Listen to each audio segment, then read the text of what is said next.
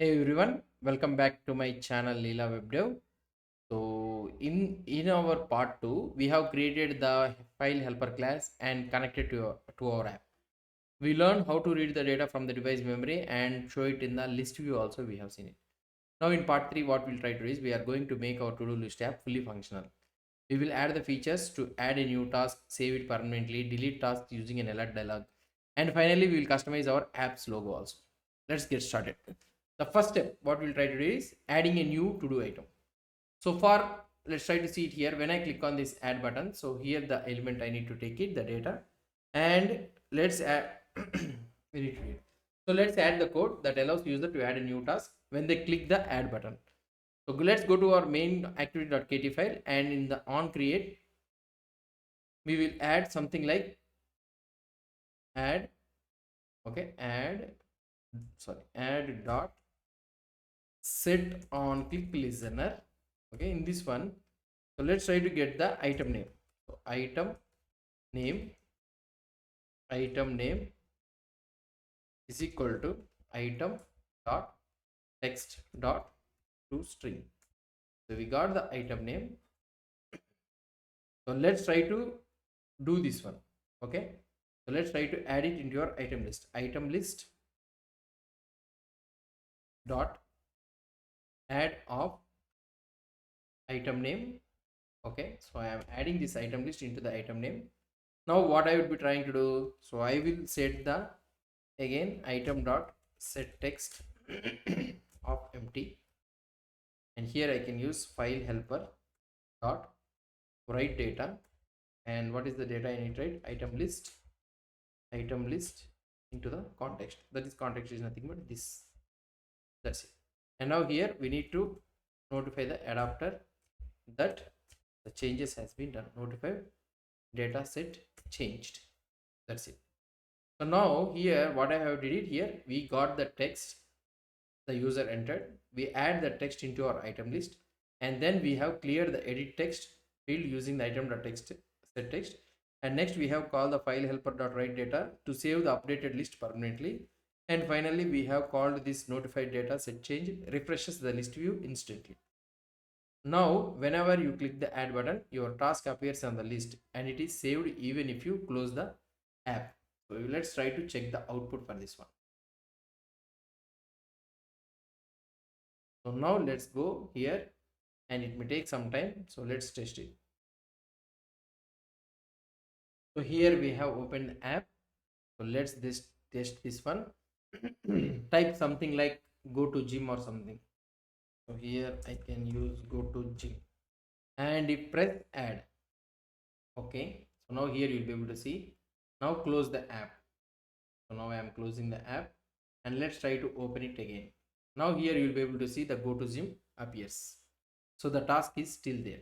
This is because our write data method stores the list in a file called listinfo.dat, and read data loads it again whenever the app starts. Your app now has a persistent storage, no cloud, no database, just simple and effective local memory storage. So now let's try to implement this one. So something like if anybody users click on this one, so we need to add the feature in such a way that we need to delete the item whenever the user clicks on this one. So let's try to implement it. So still we are in this main activity.kt file. Add. So now let's try to see here. Whenever the user clicks on this list view, okay, dot set, it's not list view, list view only, right? So list view dot, so it could be something like set on item, okay, set on item click listener. So set on item click listener. Oh, sorry. So here you will be having this one, okay, and here you will be having something like let's say that you will be having the data, you will be having the parameters. So here you will be having the couple of options in such a way that the first one will be the adapter view, okay, adapter view, and the another one is the view, our view itself, and another one is position, and the last one is the index. So here you can have it as an index. So here this is the code which I need to write it. So let's try to write this one. Here why this is not. Let's try to see problem for this one. Let's try to check it. Write it. So where alert is equal to alert dialog dot, okay, so alert dialog, let's try to implement this one. So here we'll be alert dialog dot builder, so we'll be having the builder of this. So if you are not using these all the things, you can use the underscore.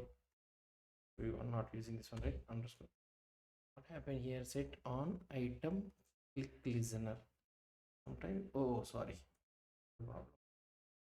So position, and here also you can use it underscore. So we are not using these other things, right? So now fine. So let's set the alert dot set title of delete. So you can use the delete, and another one is set message, alert dot set message of do you want to delete this item from the list.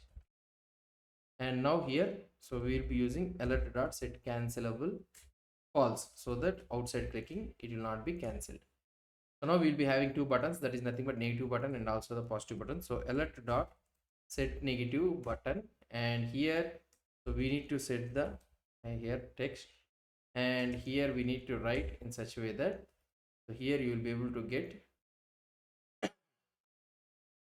so dialog, okay, dialog comma which, and in this one what I can do, dialog dot cancel. So fine, done. And here also you'll be having alert dot set positive button of yes, okay, and here we need to write the dialog, and also here also which. These are not necessary actually, so but we'll rewrite it. So now here we need to read item list dot remove item list dot remove at position. So the position which they have cleared, we need to remove it.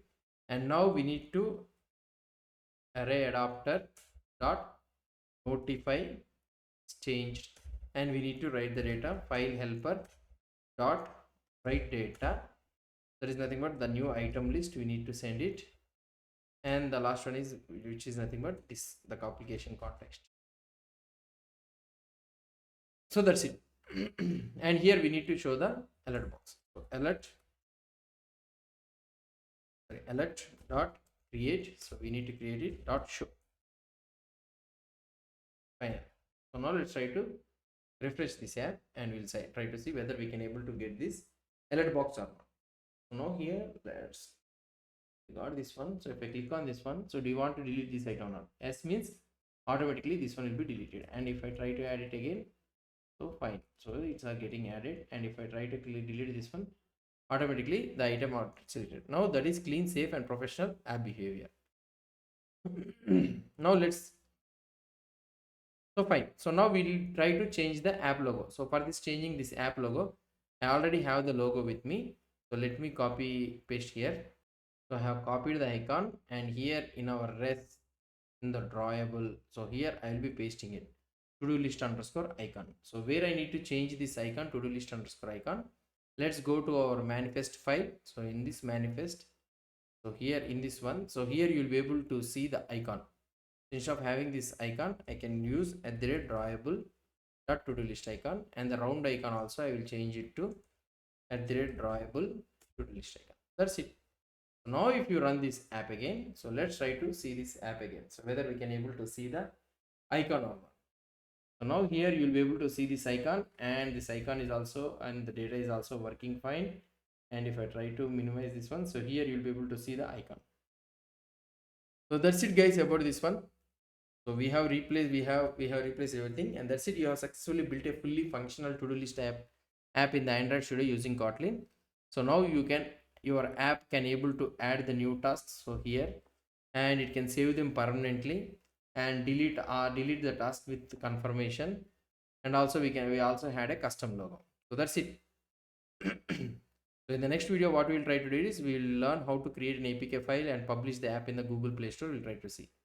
So that's it, guys, about this one. So if you are haven't already, hit the like, subscribe, and turn on notifications so that you will not miss any of these things. So thanks for watching, and as always, keep coding, keep learning, and I will see you in the next one. Bye.